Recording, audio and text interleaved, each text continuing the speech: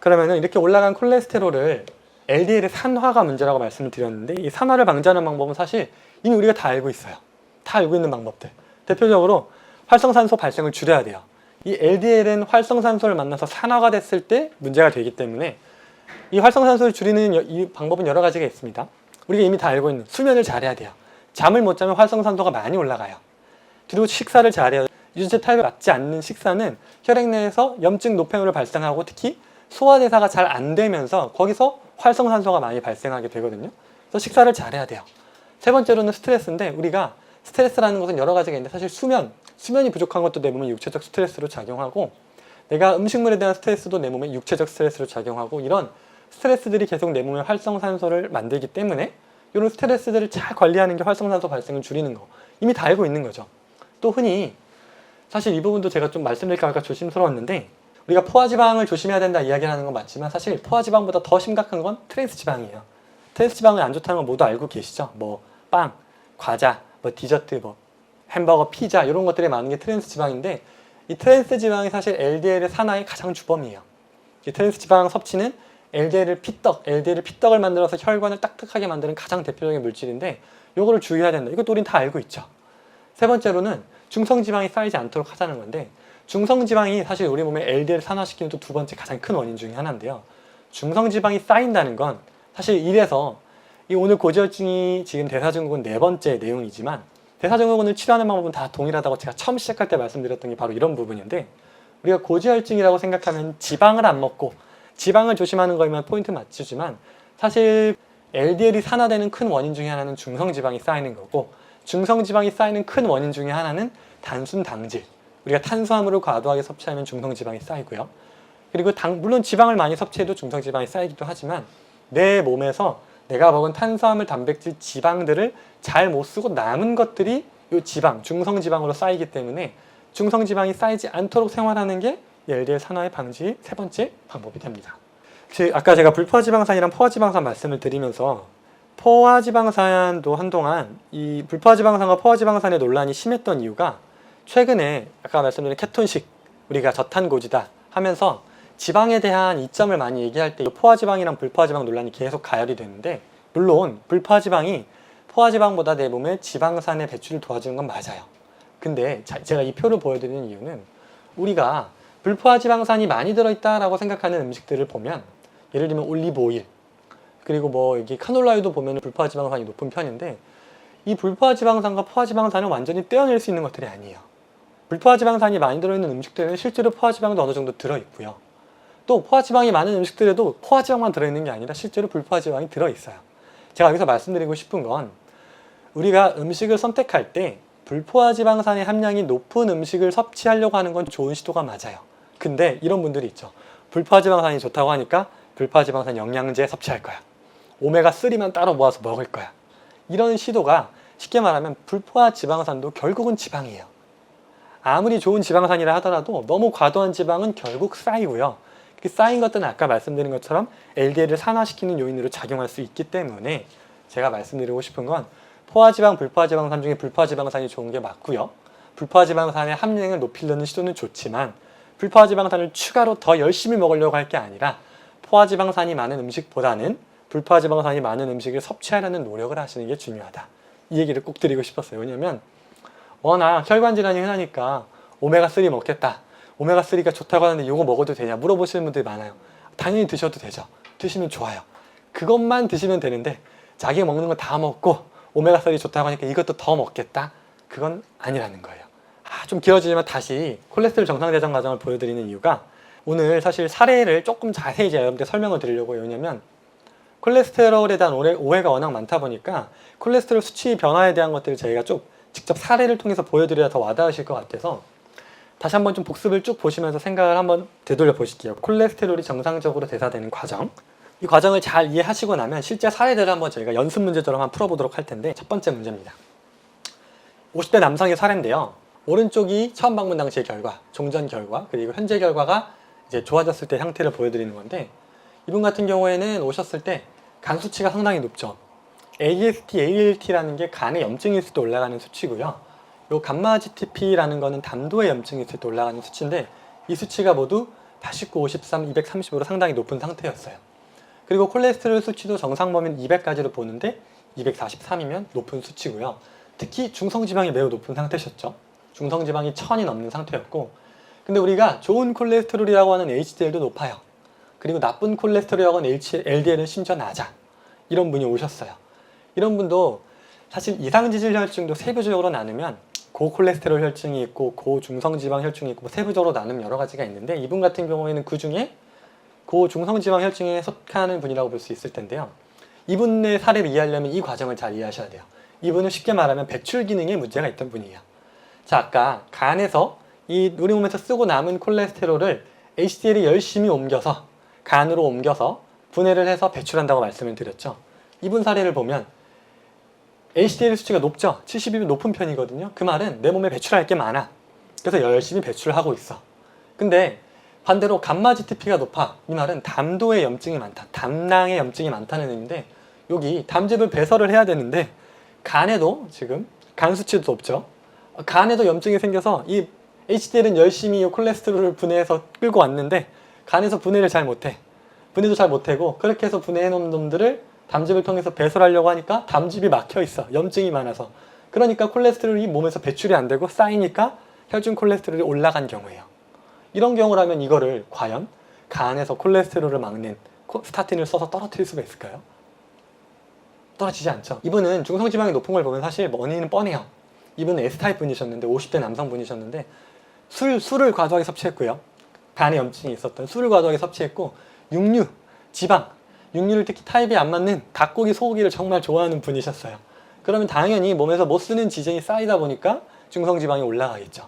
그렇게 해서 중성지방이 1000 이상으로 올라갔고, 그로 인해서 술을 또 많이 먹으니까 간은 또 이렇게 염증이 많이 생기고 담도에도 염증이 생기니까 그렇게 내 몸에 남아도는 콜레스테롤을 배출을 못하면서 수치가 올라간 케이스다 보니까 이분을 치료하는 건 일단 첫 번째, 간이 회복돼야겠죠. 간이 콜레스테롤을 잘 분해할 수 있게. 그리고 담도의 염증을 빨리 치료해야겠죠. 거기에 포인트를 맞춰서 치료를 해서 이분은 이제 사례를 보시는 것처럼 간 수치 정상으로 돌아오고요. 담낭의 염증도 40이면 정상으로 돌아오고, 콜레스테롤 수치도 떨어지고, 중성지방 수치도 정상, 아직 사실 268이면 조금 높아요. 근데 이후가 또 이제 치료가 됐는데, HDL은 오히려 올라갔죠. 계속 같이 청소할 게 많으니까. LDL은 오히려 더 떨어졌어요. 이 사례 제가 여기 오른쪽에 QR코드를 해놨는데, 제가 이분 사례를 좀 자세하게 궁금하신 분들은 나중에 QR코드를 한번 찍어보시면 들어가셔서 볼 수 있는 내용을 제가 좀 정리를 해놨거든요. 참고하시면 좋을 것 같고요. 이분은 40대 여성입니다. 여러분들 한번 풀어보실게요. 이분도 보면 콜레스테롤 수치가 249, 좀 높아요. 중성지방도 221, 좀 높아요. 특히나 LDL이 160이면 높아요. 근데 이분은 특이하게 HSCRP, 그러니까 하이 센시티브 CRP라 그래서 몸에서 염증이 많을 때 올라가는 수치가 정상 범위가 0.3, 그러니까 3까지인데 2배 이상. 그러니까 몸에 염증이 과도하게 많은 상태인 분인 거죠. 이분은 왜 콜레스테롤이 올랐을까요? 결과적으로 합성이 과다한 경우죠. 합성이 왜 과다하냐? 세포가 너무 많이 파괴된 거예요. 내 몸에 염증이 너무 많아서 파괴된 곳이 많으니까 그 파괴된 세포를 채우기 위해서 이 콜레스테롤을 열심히 만들었고, 그 만들어낸 콜레스테롤을 LDL이 열심히 옮기고 있을 뿐이었는데, 우리는 이 사람을 보면 고지혈증 환자다라고 해서 간에서 LDL을 콜레스테롤을 못 만들게 해. 그래서 그걸 떨어뜨리면 과연 이게 치료가 될까요? 이분 같은 경우에는 실제 콜레스테롤 약을 드시고 계셨고, 그래서 그걸 오자마자 끊고 몸에 염증이 많네요. 염증이 생기는 원인을 찾아봅시다. 이분도 S타입이었는데 계란을 그렇게 좋아하시는 분이셔요. 계란을 끊지 않는 이 HCRP 수치는 절대 떨어지지 않아요. 계속 높을 거예요. 그래서 계란을 끊읍시다 말씀을 드렸고, 여러 가지 이제 약이나 이런 것들 치료들을 진행한 후에 몸이 변화된 걸 보면 콜레스테롤 수치가 145 정상으로 돌아왔죠. 중성지방 수치도 221에서 100으로 정상으로 돌아왔고요. LDL이 많이 떨어졌어요. 이 정도면 사실 스타틴을 써도 이 정도 떨어뜨리기가 어려워요.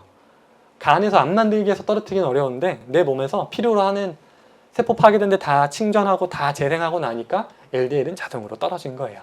그래서 이분은 LDL이 이 정도 떨어졌으면 병원에서는 스타틴 잘 써서 떨어졌네요 라고 하던 분이었어요. 자, 그래서 이런 경우는 우리는 콜레스테롤 오른 원인 중에 합성이 과다해서 오른 경우구나. 합성이 과다해서 올랐기 때문에 그 과다하게 올랐던 원인만, 이 세포의 염증이 사라지면 콜레스테롤은 자동으로 떨어진다, 이렇게 이해하시면 될 것 같고, 마지막 사례입니다. 이게 좀 재밌는데 40대 여성이 4번 M타입 분이세요. 이분 같은 경우에는 보면 수치가 콜레스테롤 수치 231, 뭐 높다 하면 높지만 큰 문제 정도는 아니고요. 중성지방도 143, 이 정도면 뭐 큰 문제는 없는데 HDL도 47, 괜찮아. LDL도 165, 높긴 높은데 뭐 이 정도는 그럴 수 있어 싶은 분인데, 이분은 고지혈증 약을 이미 계속 드시고 계셨고, 이분은 아까 제가 대표적으로 설명드렸던 사례 중에 대사기능의 저하, 이분은 갑상선 기능 저하증을 앓고 계시는 분이셨어요. 갑상선 기능이 떨어지다 보니까 콜레스테롤을 내 몸에서 잘 못 써. 쓰는 기능이 떨어져. 그러니까 콜레스테롤이 많이 높진 않은데 애매하게 높아. 중성지방은 이 정도면 문제는 없는 것 같아. HDL은 뭐 높지 않은 걸 보니까 남는 게 많은 건 아닌 것 같아. 이용을 못할 뿐 남는 게 많은 건 아니야. LDL이 많은 거 보니까 이용을 못하니까 열심히 몸에서 만들어서 보내고는 있어. 그래서 보내서 열심히 만들어서 쓰라고 보내고 있는데 간에서는, 세포에서는 못 쓰고 있는 상황. 이 바로 방금 사례인 거죠. 그래서 이분은 아까 정상 대사과정 중에서 3번 이용률의 저하로 인해서 콜레스테롤이 올라간 사례로 볼 수 있고요. 이런 분들을 치료하기 위해서는 결국 대사 기능을 회복하는 거에 포인트를 맞춰야겠죠. 콜레스테롤을 못 만들게 할 게 아니라 만들어낸 거를 잘 쓰게 하면 알아서 떨어질 건데, 우리는 여기를 콜레스테롤이 올라갔다는 이유로 스타틴을 써버리게 되면 이 장기들은 계속 모자라다는 신호를 보낼 거고, 갑상선 기능이 떨어진 상태에서 대사를 못하니까 계속 모자라다는 신호를 보낼 거고, 콜레스테롤은 계속 눌리면 여기는 충족되지 않고 얘는 높은 상태가 유지되는 그런 악순환이 반복되겠죠. 저희가 연습 문제를 풀어봤으니까 한번 실전 문제를 좀 풀어볼게요. 이분은 제가 오시기 전에 제가 미리 양해를 구했는데 여기 계신 분의 한 분의 사례입니다. 한번 좀 볼게요. 한번 여러분들 이제 풀어보셔야 되는데, 이분은 콜레스테롤 수치가 처음 오셨을 때 152였어요. 중성지방 수치 218, 좀 높아요. HDL은 73, 이 정도면 높아요. 오히려 열심히 청소하고 있는 것 같아요. LDL이 근데 엄청 낮죠. 35.4. 왜 이렇게 낮을까? 그리고 당화혈색소가 7.2 정도로 좀 높으셨어. 자, 근데 LDL이 왜 이렇게 낮지? 이러면 건강한 거 아닌가라고 생각하기 쉽겠지만, 이분은 고지혈증 약을 계속 지금까지 드시고 오셨던 분이셨어요. 고지혈증 약이 아까 제가 쭉 설명한 거 들어보면 콜레스테롤이 별로 안 높죠. 당연히 안 높죠. 간에서 못 만들게 누르고 있으니까. 그리고 그렇게 누르다 보니까 LDL도 자연스럽게 낮아요.